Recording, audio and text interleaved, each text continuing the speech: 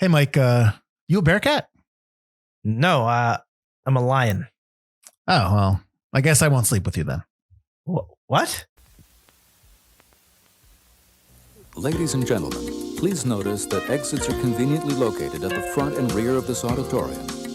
When leaving the theater, we suggest that the exit at the front of the auditorium will allow you easier access to the parking areas. Thank you.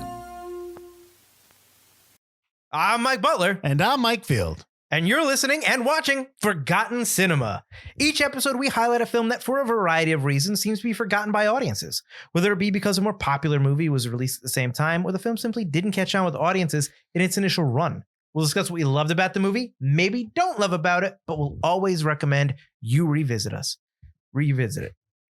If you enjoy our podcast, we want to hear from you. We're on Instagram, Facebook, and TikTok. Our podcast is available on all platforms with a backlog of over 200 episodes for your listening and now viewing pleasure. Man, you really butchered that. I did it without reading it, so I only butchered the best, one thing. man. I just You're did the best. recommend you revisit us. I just messed up the one word. How's it going? It's going all right. You know, I had this political candidate I was really into. Like, I thought he could really change the world, but it turns out he's kind of a scumbag and he just likes screwing interns. I don't know if he's a scumbag. It's like the one thing you can't do. Yeah, exactly. One thing they won't forgive you for. Exactly. We are doing the Ides of March. No more pleasantries. Let's get right into the movie. Runtime of 101 minutes. Rated R. Production budget of $12.5 million. Came out on October 7th, 2011, a Friday. Opening weekend, it did $10.4 million. Domestic, $41 million. International, $35 million, for a worldwide total of $76 million. Not bad. Not bad, not great, but not bad. I'm surprised it's $12.5 million, but it is a talkie. Worldwide is 35 for a movie that's very like International. America. Yeah, it's not an international movie. Yeah. Oh, you're surprised. I'm surprised it even did 35. Sure. That's all George Clooney and Ryan Gosling right there. Oh, absolutely. Production company was a lot. There are Columbia Pictures, Cross Creek Pictures, Exclusive Media Group, Crystal Sky Entertainment, Smokehouse Pictures, and Appian Way Productions. Appian Way is actually DiCaprio's production company because he was going to be the Gosling character, and then he dropped out. Distributed by Sony Pictures Releasing in North America and Exclusive Media Group internationally. Came out on the 7th, I told you, of October. Went up against in a wide release, a movie we just did. Real Steel. Oh, yeah. And I think last time when you did Real Steel, you mentioned Oops. Dynamite. So you'll also remember that a limited release of The Human Centipede 2, full sequence, Butler's favorite. He's never seen it. The week after, in a wide release, we had, and I screwed this up last time, but I didn't do it screwed up this time. We had the re-release of Footloose, The Thing, the reboot/remake. Woo. Okay. And The Big Year. Right. And then a limited release of The Skin I Live In. And then the week before, the 30th of November, which is the week before when the Ides of March came out, you had What's Your Number, Dreamhouse, 50-50, and Courageous, and a limited release of Tucker and Dale vs. Evil and Take Shelter. This movie was directed by George Clooney. He's done Confessions of a Dangerous Mind, Good Night and Good Luck, and The Boys in the Boat more recently. These are the ones that he has directed. I do know he's an actor. He also wrote this movie with Grant Heslov and Beau Willimon.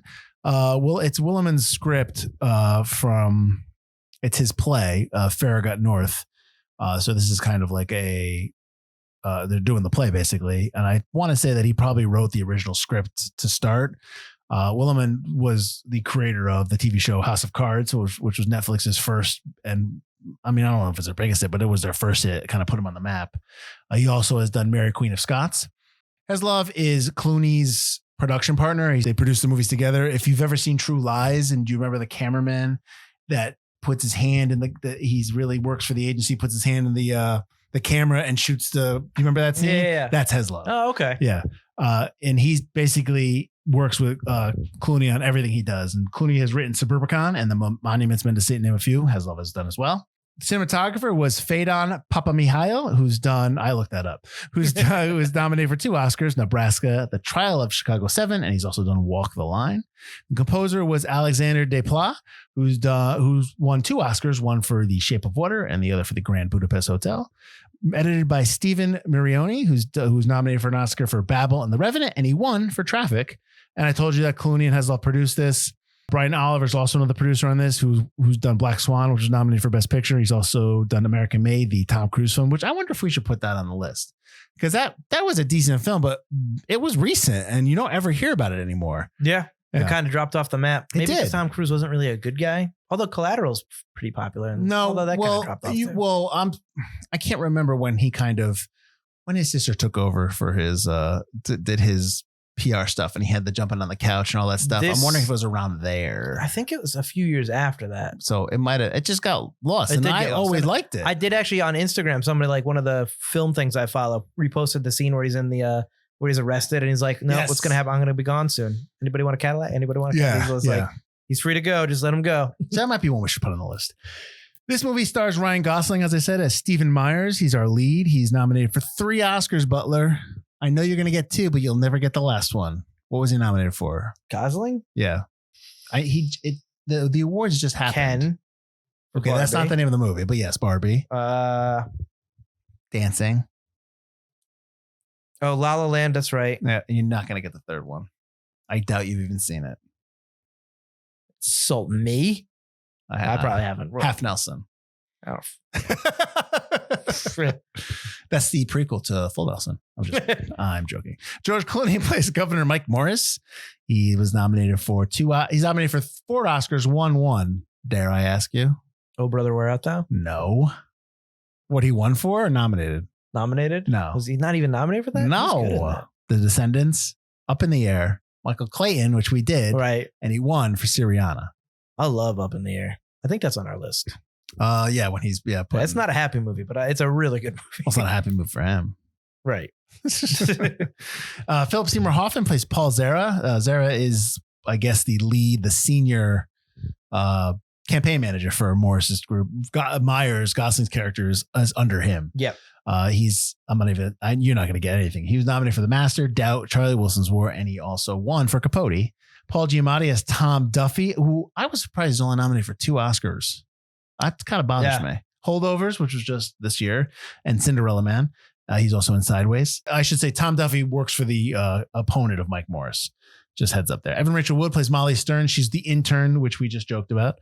She's in the TV show Westworld. She's in the movie 13 and The Wrestler. Marissa Tomei is Ida Horowitz, who won an Oscar for My Cousin Vinny, and she was nominated for The Wrestler and In the Bedroom. Jeffrey Wright as Senator Thompson.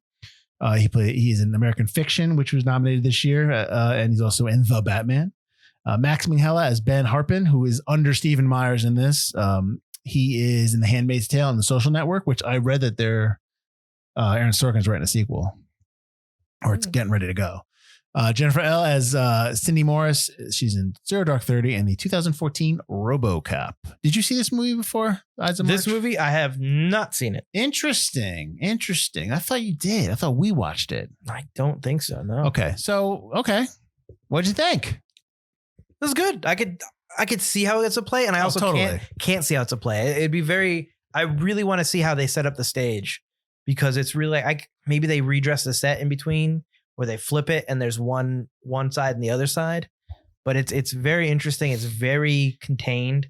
I also like that it doesn't go too, like when I read the plot line, I like the tagline, like Mike Moore, Ryan Gosling's character's viewpoints are shattered when it turns out he had an affair. I'm like, so Mike Morris is going to kill Evan Richard Wood's character. He's going to murder. He's going to go after Gosling, and Gosling's going to have the proof that he needs to put him away. I was like, okay, it's going to be like felt very generic 90s. I was waiting for that generic 90s political thriller, and we did not get that. And it was just like, I could absolutely see this happening with every political person that has ever, it was very down to earth, very interesting. It was interesting that though Clooney plays Morris and he's in there, he's not in much. It really is about the people that run these political campaigns, and they run them like a chess match. Oh, we're going to lose this, but we're going to gain that because we get this guy, we get that. It's just really interesting to see that and how they contain stories, and how even talking to each other can wreck an entire campaign, even though it's not like people talking. It's not the candidates talking. It's just their people talking. I thought it was very interesting and well done. And it's also interesting that everybody was a gray character. There's not like a black and white, good versus evil kind of thing. Everybody was just kind of like a person and did what they had to do to get, that's another thing, is they are kind of all scumbags because they do what they have to do to get ahead in the game. and they just play this game of Thrones to steal another like political thing. They just play the game. Well, you're just going down Ohio. But I thought that was very interesting. I thought it was all really well done. I think that Paul Giamatti has a great scene with Ryan Gosling at the end. Philip Seymour Hoffman, every time I see him in a movie I haven't seen him in before, it's just like, oh man, he was such a good actor. It's so sad that he passed away. I have the same note for Giamatti and Hoffman, and it's like they make every scene, every movie better. There is nothing like they could be in bad movies, but they like Philip Seymour Hoffman's the best thing in Along Came Polly, and Along Came Polly is not great, but like that, like they make every movie, everything they do so much better. They're just such great actors, and obviously, as Mike said, Hoffman passed away, but like they're just so good. Like when people talk to me about Charlie Wilson's War, his scene is the first scene I'll talk about when he blows up at he's one of the only things I remember about the movie, because that scene is so memorable. That scene could run on every Oscars show and just run it. Like, cause like that's like the epitome of just a great scene. Like it's so good. But to your point, I wanted to, cause you said a couple things and it reminded me of some stuff. So, when we were watching this week of this watching now this, right. Denis Villeneuve had come out and talked about, I saw a quote of his, and he talked about how he doesn't like dialogue. He's bored. He doesn't think movies should be. Oh, I think I've read that quote. Okay. Before. Yeah. And I'm sure it's paraphrased, but I get where he's coming from. They're visual. I get that. Yeah. And that's great. Yeah. I understand it's a visual medium, but like, and it's probably because I write and I but movies like this where it's clearly a play on screen, but you don't get scenes like the stuff that Hoffman's in and Giamatti and those two scenes you're talking about when he dresses down Myers, when he tells him I made the leak. Yeah. Yeah. Like you don't like, that's why I love that dialogue when it's done right. There's just such a place for it in motion pictures. And I think that it's very, I don't think, and you're an actor, so you want those scenes, you know what I mean? Absolutely. Like, Shoot the scenery. Yeah. Absolutely. Right. But like, I get it in like, I understand both sides of the coin, well, but part of it's the whole show, don't tell aspect. And I get that, which this movie does really well too. There are plenty of times where it's the silent moments that really fit. Sure. And they put him in there and they mix him into this film.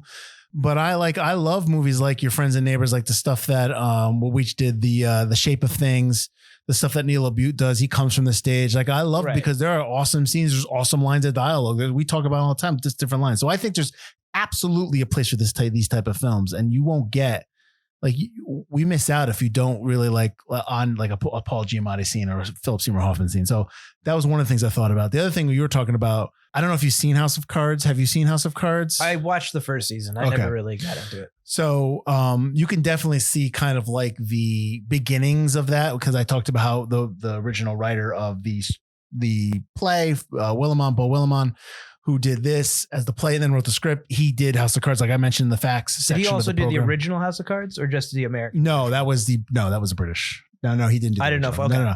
But like you can see that here. You can see kind of like that kind of like smart behind the scenes stuff. The back dealings. Sure, stuff yeah. That. So I thought that was interesting. And then you had talked about you don't get to see a lot of the stuff the about the people that make the campaigns. Did you ever see Jon Stewart's movie Irresistible? We had it at the theater with. I didn't see it. I know about it, but yeah, that's actually a good one too if you want to check that out. So there are some movies that do that. This is kind of obviously a little bit more serious. It's just Irresistible is kind of like the inanity of it all and just kind of like the stupidity of what happens and just kind of like the little tricks they play and the little. Which perfectly legal tricks they play. I shouldn't, that kind of thing. So I think the acting in here stand out. I will say that one of the things I liked in this film was that George Clooney wasn't his usual charismatic self. There was like that whole scene when he's sitting down with Steven and everyone's surrounding them and he's giving him a hard time. I don't want to do this. I'm not doing this. I'm not doing it. Right. Yeah. So I thought that Clooney came off as somebody who was basically at the behest of his campaign managers, like what they want to do. What is he going to do? He's listening to them. He's got to listen to them if he wants to. Exactly. Yeah. He doesn't want to play the game, but he has to play the game. Right. So, but I actually liked how he was his acting choices were a little reserved. He wasn't like the George Clooney, from the Ocean series, stuff like that. Well, he was when he was on he's on stage. When you show him on stage. Of course. When he's not. That's he's the performance. Just like, that's the performance. Yeah, no, I like that. I like that quite a bit because I also think that if he was like that, throughout the movie, I think he overshadows the Stephen Myers story arc. Sure. I think I it also pulls away think from that if he's way too much charisma, then you're going to know something's up because he's just going to seem fake in real life. That kind of like overdone, like you said, Ocean 11 charisma doesn't exist in the real world. So all of a sudden I'm like, something's wrong. Like even without reading the tagline, I'd be like, something's wrong with this guy. Something's up. Something's up. I don't trust this guy at all. Right. Well, the story, and one of the notes I had, and the story is, this is about Stephen Myers, and it's actually about, one of the things I wrote down here was that you're watching the corruption of an idealistic soul. Yeah. Like he's not, I want to say he's naive. He talks about like, I do things I believe in. Right. He's not naive. Yeah. Right. But when push comes to shove, when the fact that he was willing to, because what ends up happening in the movie, for those, you should have watched this film, but we're going to spoil it. But what ends up happening in the movie, he ends up, being with Molly Stearns, the intern played by Evan Rachel Wood. Like they have a connection. They, she's very, very forward, very aggressive, and they sleep together a couple times. And then he finds out that she tells him I'm pregnant, and it's the governor's baby. It's Morris's baby. So he pays for an abortion. He gives her money for an abortion and to get lost, which I love that scene. He's like, because you f***ed up. Yep. You broke the rules. You don't get to be here. Yeah. Yeah. I love that scene. Like you have to go even home. just thinking about it, there's so many really good scenes in this movie. But I love that too. It's not like all of a sudden he's like, I got to stick this on Morris. He's like, the campaign's got to keep going. We're not ending the campaign. Right. In the movie, like I thought it would be like, no, I got to end it all. Right. I got to take him down. It's like, no, that's still his guy. He's still got a job to do. Right. And he,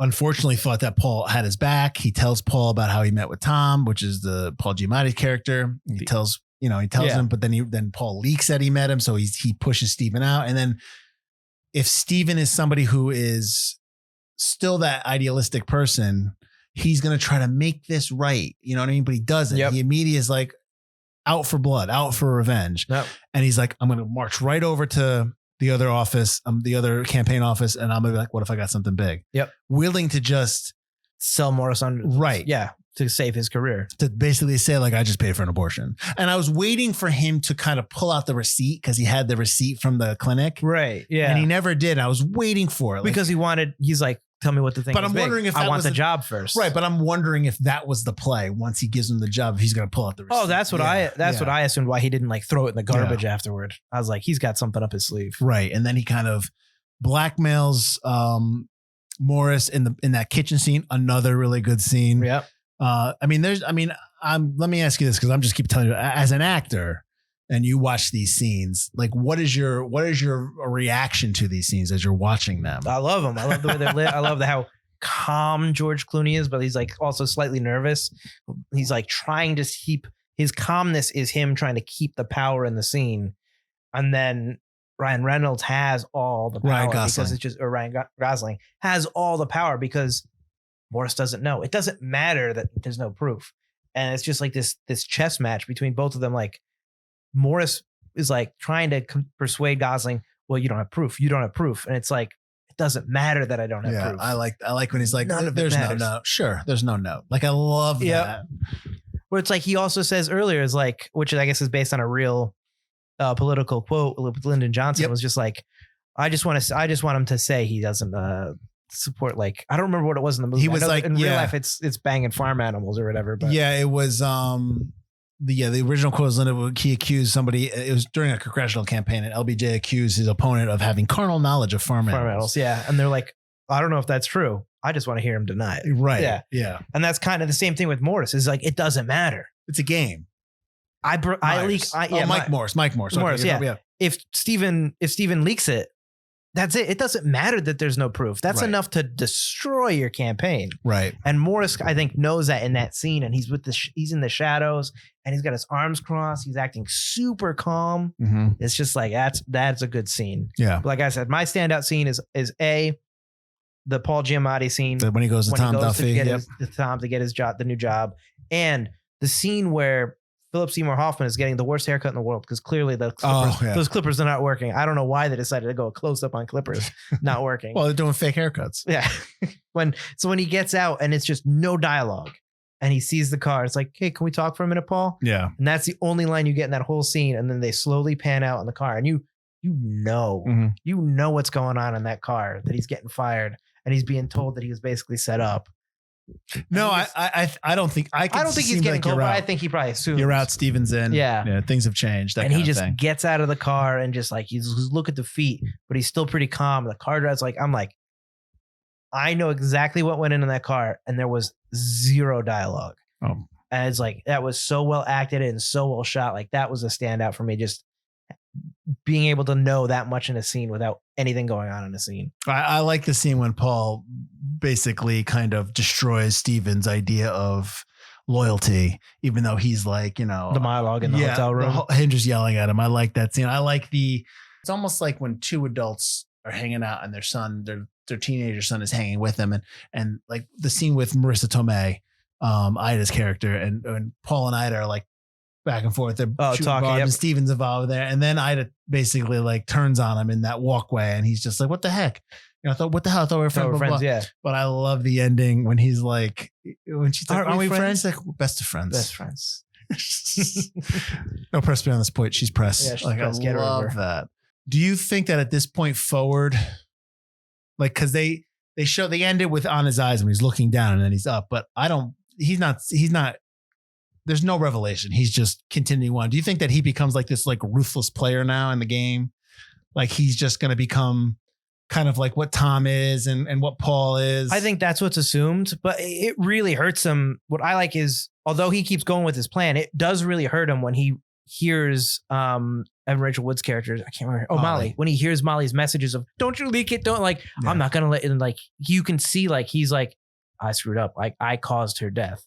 But still, he still moves on. But he still does. Yeah. What else is he going to do? He's not. That's what I'm saying. This feels like an origin story. Yeah. Yeah. But I do think he still feels bad about that. So I think it depends. But he still wants Morris to win because, like he says to Morris in the back of the restaurant, you're going to win. You're going to become president. We're going to get North Carolina. You're going to make Thompson your Secretary of State. And then you're going to deliver on what you promised to the people. Yeah. So the fact that he's still saying that means that he still cares about what Morris stands for. Well, he's willing to sacrifice. He's willing to sacrifice for, again, it's still his ideals. Yeah. So I think he still has those ideals. So I don't know if he goes fully to the dark side. I don't think there's any, I think my note here is there's nothing in this movie that makes me think that he would sabotage everything and admit the truth or even quit. I think he's just going to keep running its course. And maybe 10, 20 years down the road, he may still harbor, he'll become what Tom Duffy is. He'll become what they are. I mean, he's making $1 million a year though in his consulting jobs. So I'd take that in a heartbeat. Yeah, but Steven's probably going to become chief of staff for the White House. Only for the first 4 years. Yeah, I'm going to stuck with you for 8 years, 4 years. Let's not get ahead of ourselves. Now, Philip Seymour Hoffman wasn't the original person who was going to be play Paul. It was going to be Brad Pitt. I saw that, and I'm glad Pitt didn't do it because Philip Seymour Hoffman's so good. Brad Pitt would have to be a lot more. Would have to have that George Clooney charisma. He doesn't even look like somebody who would be able to run that campaign. Well, he'd look like somebody who would be. Philip Seymour Hoffman looks like a guy ragged, doesn't care about it. You know what I mean? Brad Pitt looks like somebody who would be a lot more in front of the camera for his campaign. Yeah, but it would be a very different dynamic. Right. It might still be good, but it would be way different. Yeah. The play is called Farragut North, and that's the title of the metro station in DC that's located closest to like think tanks, lobbyists, and federal government advocacy groups. So you kind of, when you know that, you kind of get an idea of like what this movie's about. You know what I mean? Like, if you know, yeah. Yeah. And I'm wondering if in the play, a lot of it, maybe some of it took place at the station, or maybe, you know what I mean? Oh, in DC where people are meeting? I'm curious if some of that, that took place there. This movie was nominated for a Best Adapted Screenplay, Butler. So you know what I like to do. Who won? You ready? Because it didn't win. Okay. So here are the movies. The movies are this obviously 2011, right? 2012 or 2011. So the movies are this movie, Ides of March, The Descendants, Hugo, Moneyball, and Tinker Tailor Soldier Spy, a movie we did. We did do that. What won the Oscar for Best Adapted Screenplay at the 2012 Academy Awards? I'm going to say Moneyball, but it might have been Descendants. But I'm going to say Moneyball. Final answer? That's my final answer. You are wrong. It's The Descendants. Damn it. Although Moneyball's a really well-written script as well. But yes, fortunately, no, you are wrong. Should have gone with Descendants. You should have. I like The Descendants. It's good. It's good. It's good. It's an Oscar-winning movie. So did you see that George Clooney's, obviously his campaign posters with Morris is actually based on the Obama's Hope posters. Yeah. But I guess the image that Hope posters come from, George Clooney was in that original shot. He was with Obama when they took that shot. Okay. It's like some kind of campaign rally or some kind of conference or whatever. And George Clooney was there, but they focused on Obama's face. That's where the painting comes from. Yeah. So George Clooney was actually at that thing. He's actually in the background of the photo that's based on. Nice. So I thought that was kind of cool. The Mike Morris candidate is like the perfect candidate. He would never win. Like he you know what I mean? Like his he's too altruistic. His campaign that he's running up would absolutely never win. Like I'm just sitting there going, dude, no one's voting for you. We're going to tax all the rich. The rich run the country. Like you'd never win. He would. I mean, just I mean, he might win the Democratic nomination, but nothing else. Well, they even mentioned in the thing only 3 Democrats have won. Yeah. And that I was like, is that true? And I was trying to think back. I was like, oof. Yeah. Yeah, absolutely. I mean, I don't want to get political. I just thought that was surprising. I didn't realize that it was that like one-sided. I didn't realize that until like he says it. And I think back, I go, oh wow, okay. I did not know that. But that's interesting because that's another great scene where Paul Giamatti's like, I've been in this game for 20 years and they fight dirty and we got to get in the trenches. We got to, and he's talking about all this stuff. I'm like, oh damn. Yes, Paul Giamatti, act, Paul Giamatti. You never watched Billions, did you? You never watched it. I never did. I want to, but I gotta get to it. So it's the first couple of seasons are really good, and then it starts becoming like the Paul Giamatti character, who's like he's originally the New York State attorney, attorney general, and then he becomes like the U.S. district attorney. Like he kind of has a difficult career changes, right? He towards the end of the run, because Damian Lewis leaves and then he comes back the final season. Towards the end of the run, he's like going after somebody, but it's like it feels like put upon. Doesn't feel like it's.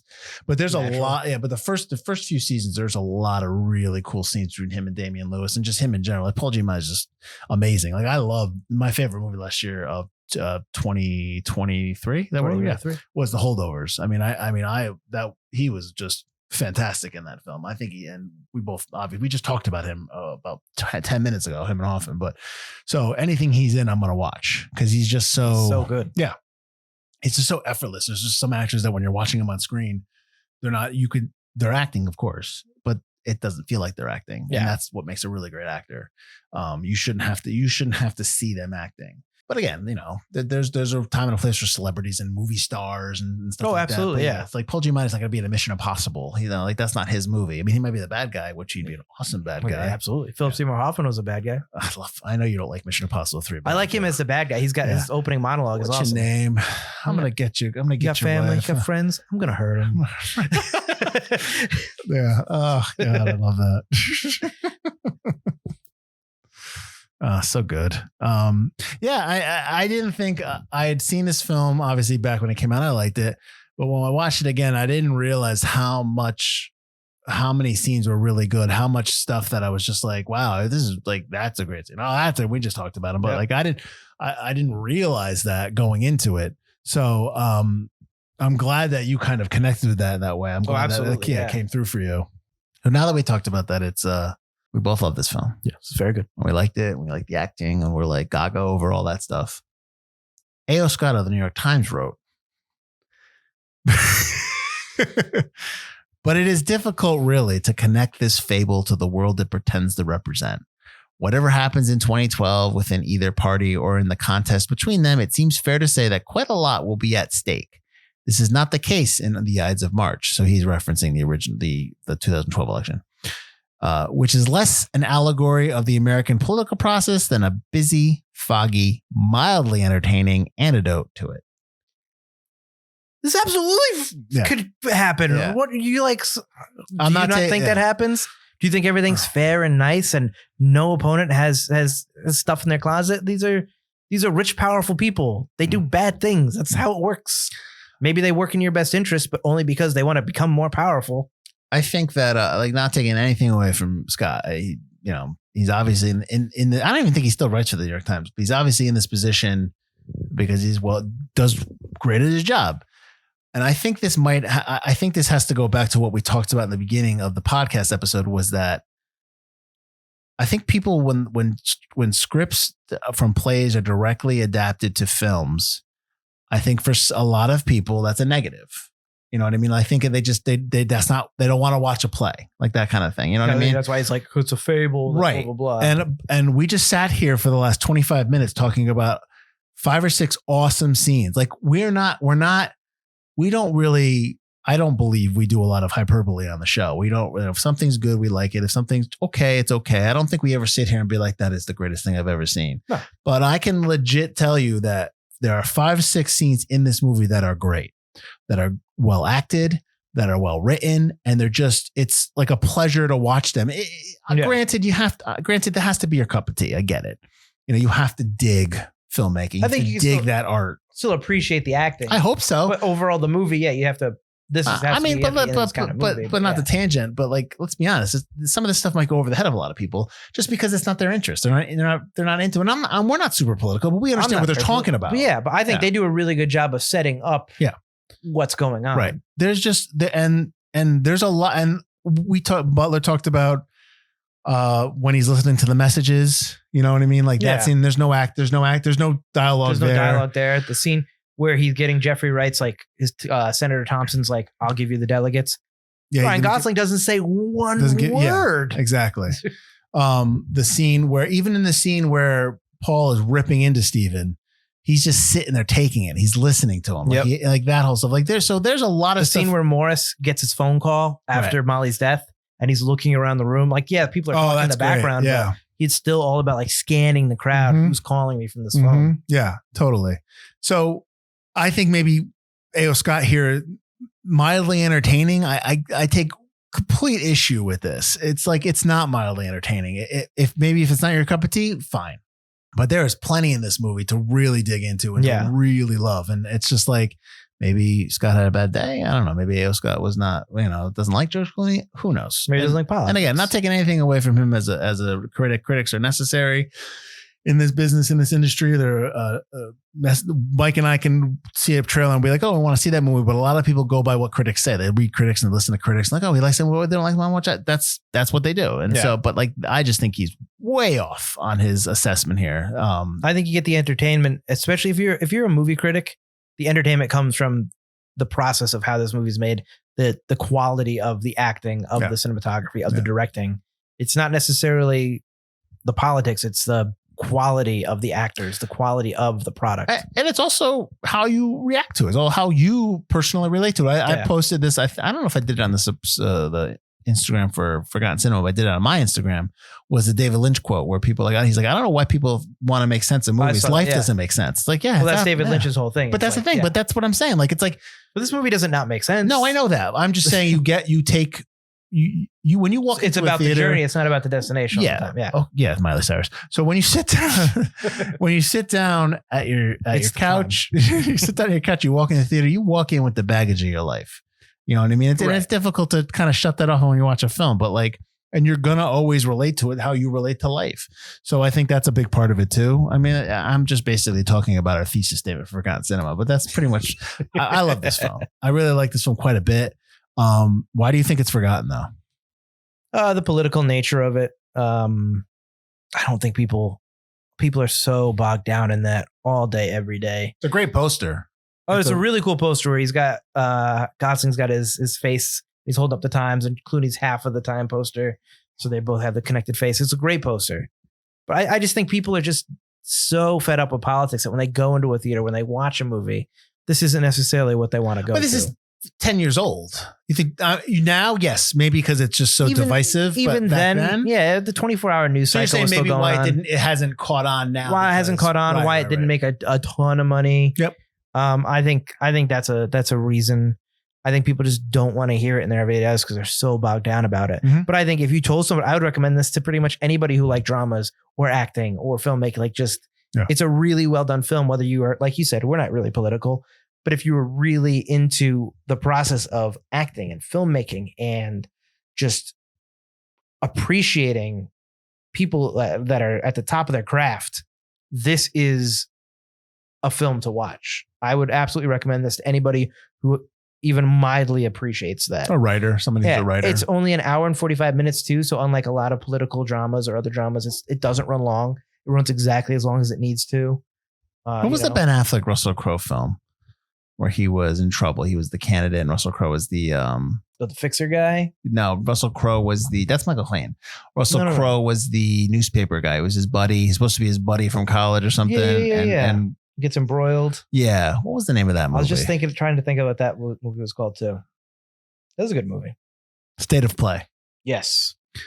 That has more of an action element to it. That has more of a thriller-esque that's also element. more of a right. what you expect the candidate to actually be like. Right. That kind of cover up. Which this one doesn't, which is why I like how this one handles it. Yeah. Yeah. I agree with all that. Good job. Thanks, man. Thanks. Do you know, I just realized the last episode we did with The Abyss, we didn't do our end stuff. Yeah. Yeah. Just realizing that now. Where can they find us? You can find us on YouTube. If you're watching us, you've already found us. If you're listening to us, you can also find us there. Or if you're watching us, you can also find us on all podcast platforms.